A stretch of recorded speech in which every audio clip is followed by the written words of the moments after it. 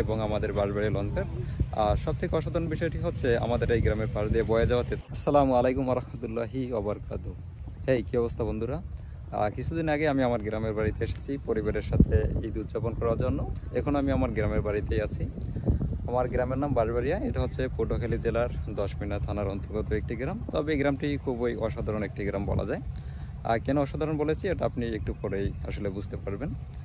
আসলে আমি আমার এই ভিডিওটির মাধ্যমে আমার গ্রামের বিশেষ কিছু জিনিস দেখানোর চেষ্টা করব। তো আপনি এই ভিডিওটির মাধ্যমে আমার গ্রামের সেই আমার পুরনো স্কুল, যেখানে আমি ক্লাস 1 থেকে 5 পর্যন্ত পড়াশোনা করেছি, এবার আমাদের স্থানীয় বাজার এবং আমাদের বাঁশবাড়ি লঞ্চঘাট। সবথেকে অসাধারণ বিষয়টি হচ্ছে আমাদের এই গ্রামের পাশ দিয়ে বয়ে যাওয়া তেঁতুলিয়া নদীটি আমি আপনাদেরকে দেখানোর চেষ্টা করব।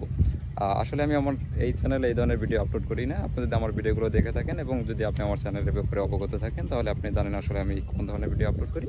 সো এই জন্য আমি বলতে পারতেছি না ভিডিওটি কেমন হবে, তবে আমি এটা আপনাকে শিওরলি বলতে পারি যে আপনি যদি আমার এই ভিডিওটা শেষ পর্যন্ত দেখেন, তাহলে আপনি আমার এলাকার যে মনোমুগ্ধকর পরিবেশ আছে এটি আপনি খুব ভালোভাবে উপলব্ধি করতে পারবেন। সো বন্ধুরা, চলুন ভিডিওটি শুরু করা যাক এবং আমি আমার এই এলাকার মনোমুগ্ধকর পরিবেশটি আপনাদেরকে দেখানোর চেষ্টা করব। এটি হচ্ছে আমাদের সেই প্রাথমিক বিদ্যালয়, যেখানে আমি ক্লাস 1 থেকে 5 পর্যন্ত পড়াশোনা করেছি। এটা হচ্ছে বিদ্যালয়ের মেইন গেট। যদিও আমাদের সময়কার পরিবেশটা আর এখনকার পরিবেশটা সম্পূর্ণ আলাদা। এরপর অনেক বছর চলে যায়, অনেক সংস্করণ হয়েছে। যদিও আমাদের সময়কার সেই পুরনো ভবন দুটো এখনও রয়েছে, শুধুমাত্র একটু একটু ঘষা মাজা করে রংচং করা হয়েছে। এটা হচ্ছে আমাদের বিদ্যালয়ের খেলার মাঠ, যেখানে আমাদের অসংখ্য অগণিত স্মৃতি রয়েছে। এখানে আমরা বিভিন্ন সময় বিভিন্ন ধরনের খেলাধুলা করেছি। আমরা আমাদের বন্ধুবান্ধব ভাই ব্রাদারের সাথে ফুটবল খেলেছি, ক্রিকেট খেলেছি। এবং সবথেকে মজার ব্যাপার হচ্ছে, যখন আমরা খেলতে খেলতে তৃষ্ণা অনুভব করতাম, তখন এই বিদ্যালয়ের বাম দিকে একটা টিউবওয়েল ছিল, যদি এটা এখনও রয়েছে। সেখান থেকে আমরা পানি পান করে আমাদের তৃষ্ণা মেটানোর চেষ্টা করতাম। আসলে এখানে আমাদের অসংখ্য অগণিত স্মৃতি রয়েছে। এটা স্মৃতি বিজড়িত জায়গা বলা চলে। তো আসলে সব কিছু ভাষায় প্রকাশ করার মতো নয়। তবে সর্বোপরি যেটা বলা যায় সেটা হচ্ছে, এটাই ছিল আমাদের সূচনা, এটাই ছিল আমাদের ফাউন্ডেশন, যা এখন শুধুই স্মৃতি। এরপর আমাদের গন্তব্যস্থল হচ্ছে তেঁতুলিয়া নদীর তীর, যেটা হচ্ছে এখানকার মেন অ্যাট্রাকশন বা মেন আকর্ষণ। এখানে দূর দূরান্ত থেকে বিভিন্ন ভ্রমণ পিপাসু বা ভ্রমণ প্রেমী মানুষ এখানকার পরিবেশটা উপলব্ধি করার জন্য আসে। চলুন সেখানে যাওয়া যাক এবং সেখানকার পরিবেশটা এবং আমাদের এই গ্রামের পাড় দিয়ে বয়ে যাওয়া তেঁতুলিয়া নদীর যে রোমাঞ্চকর অবস্থাটা, সেটা নিজ চোখে দেখা যাক এবং সেই সাথে উপলব্ধি করার চেষ্টা করি। এখন আমি অবস্থান করছি বাঁশবাড়িয়া লঞ্চঘাট থেকে একটু দক্ষিণ দিকে, একদম কোলাহল মুক্ত একটা পরিবেশ।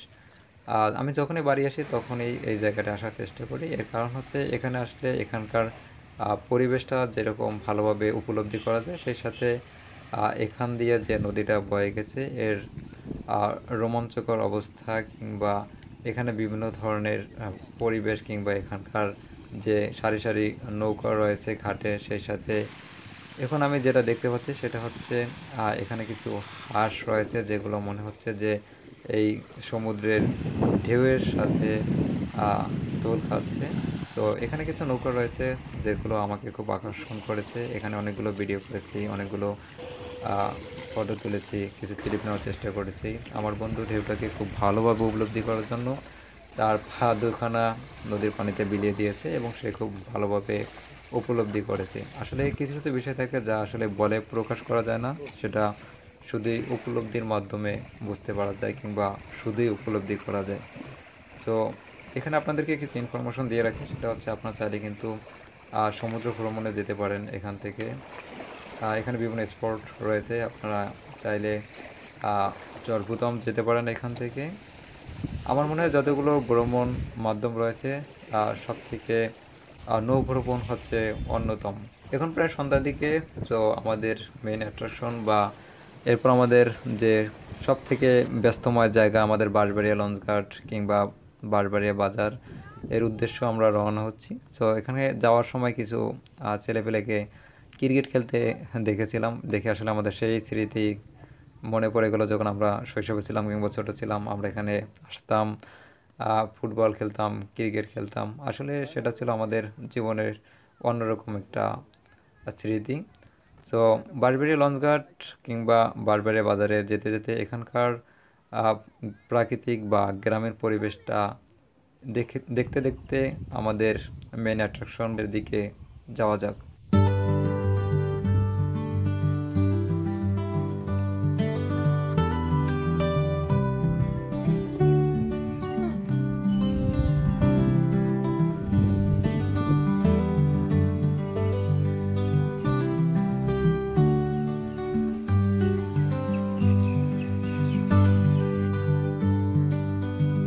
এটা হচ্ছে আমাদের বারবাড়িয়া লঞ্চঘাট। এটা খুবই ব্যস্ত একটি বাজার বলা চলে। দশমিনার যতগুলো বাজার রয়েছে তার মধ্যে এটা হচ্ছে সব থেকে ব্যস্তময় একটি বাজার। এর প্রধান কারণ হচ্ছে অনেকগুলো কারণ রয়েছে, তার মধ্যে আমি কিছু কারণ বলার চেষ্টা করতেছি।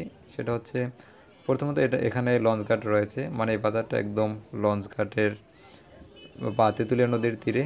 সো এজন্য প্রতিনিয়ত এখান থেকে অসংখ্য মানুষ ঢাকা যায় এখানকার রুট ব্যবহার করে, এজন্য বলা চলে এটা এজন্য খুবই ব্যস্তময় একটি এরিয়া। আর দ্বিতীয় কারণ সেটা হচ্ছে এখানে অনেকগুলো মাছের আড়ত রয়েছে, যেখানে জেলেরা তাদের মাছগুলো বিক্রি করার জন্য আসে। সর্বোপরি এটা এখানকার পরিবেশ কিংবা এখানকার মানুষের জন্য সবসময় এটা জমজমাট থাকে। সো এখন আমি আছি একদম বাঁশবাড়িয়া লঞ্চ ঘাটের দিকে। আমি লঞ্চ টার্মিনালে যাওয়ার চেষ্টা করতেছি, যেমনটা আপনারা দেখতে পাচ্ছেন। এখানকার কথা বলতে গেলে আমার আরও একটা ভিডিও তৈরি করার প্রয়োজন পড়বে। এর কারণ হচ্ছে এখানকার স্মৃতি কিংবা এখানকার এই পরিবেশটা নিয়ে আমাদের অসংখ্য স্মৃতি রয়েছে। আসলে আমরা আমাদের অবসর সময় এখানে আসতাম এবং বন্ধুবান্ধবের সাথে হ্যাং আউট করার চেষ্টা করতাম। আসলে আমরা যখন ক্লাস 9-10-এ থাকতাম তখন আমরা বিশেষ করে আমাদের আড্ডা বা হ্যাং আউটের জন্য যে স্পেশাল স্পট ছিল সেটা এটাই ছিল। আমরা এখানে সন্ধ্যা করে আসতাম এবং আড্ডা দিতাম। আড্ডা চলতো প্রায় রাতভর ধরে। এবং এটা হচ্ছে একদম বাঁশবাড়িয়া লঞ্চ ঘাট থেকে নদীর পরিবেশটা যেমনটা আপনারা এখানে দেখতে পাচ্ছেন। এখানে মানুষজন অপেক্ষা করতেছে লঞ্চের জন্য, যদিও একটু পরে লঞ্চ আসবে এবং তারা ঢাকার উদ্দেশ্যে একটু পরে রওনা দিবে। সো অপেক্ষার প্রহর গুনতে গুনতে অবশেষে আমরা লঞ্চে দেখা পেলাম সন্ধ্যার প্রায় আধা ঘন্টা পরে। যেমনটা আপনারা একটু দূরে লঞ্চটা দেখতে পাচ্ছেন। এখানে ঈদের যাত্রায় প্রচুর ভিড় থাকে, এজন্য বর্তমানে এই লাইনে 2টা লঞ্চ রয়েছে। প্রথমত যে লঞ্চটা আপনারা এখানে দেখতে পাচ্ছেন এটা হচ্ছে পারাবত, সম্ভবত পারাবত। এরপরে আরও একটি লঞ্চ আসবে, এরপরে জাহিদ 3 আসবে আসলে। সো এখানকার পরিবেশটা আপনারা যেমনটা দেখতে পাচ্ছেন খুবই ক্রাউড একটা প্লেস। সো নর্মালি এতটা ভিড় থাকে না, যদিও ঈদের যাত্রার জন্য কিছুটা ভিড় বেশি। সো এখানে আপনাদেরকে কিছু তথ্য দিয়ে রাখি, সেটা হচ্ছে এখান থেকে খুব সহজেই ঢাকা যাওয়া যায়। সো এখান থেকে লঞ্চে ঢাকা যাওয়ার জন্য লঞ্চের ভাড়া হচ্ছে ডেকের জন্য 500 টাকা এবং সিঙ্গেল এবং ডাবল কেবিনের জন্য যথাক্রমে 1500 এবং 3000 টাকা। তো এখানে আপনি যেটা দেখতে পাচ্ছেন সেটা হচ্ছে লঞ্চটা এতই ভিড় ছিল এবং এতই যাত্রী তারা বহন করছিল, যেটার কারণে আসলে অনেক যাত্রী নতুন করে ওঠা তো দূরের কথা, অনেক যাত্রী আসলে এখান থেকে নেমে যাওয়ার চেষ্টা করছিল।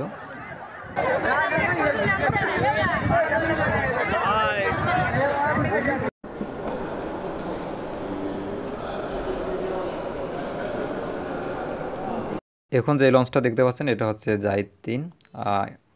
পারাবতের পরেই আসছিল জাহিদ 3 এবং এটা আসলে কিছু যাত্রী নিতে পারছিল। ঈদের যাত্রা মোটামুটি ভালোই ভিড় থাকে। সো এটাই ছিল আমাদের আজকের ভিডিও। আমি এই ভিডিওর মাধ্যমে আমার এলাকার যে বিশেষ স্পট রয়েছে, বিশেষ স্থান রয়েছে কিংবা বিশেষ জিনিসগুলো রয়েছে এটা আপনাদেরকে দেখানোর চেষ্টা করেছি। সো আশা করি আপনি ভিডিওটা খুব ভালোভাবে উপলব্ধি করেছেন। সো আপনি যদি এরকম আরও ট্রাভেল রিলেটেড ভিডিও দেখতে চান তাহলে আমার চ্যানেলটা সাবস্ক্রাইব করে রাখতে পারেন কিংবা আমাদের পেজটা ফলো করে রাখতে পারেন। দেখা হবে পরবর্তী কোনো ভিডিওতে। সে পর্যন্ত সবাই ভালো থাকেন, সুস্থ থাকেন। আসসালামু আলাইকুম ওয়া রাহমাতুল্লাহি ওয়া বারাকাতুহু।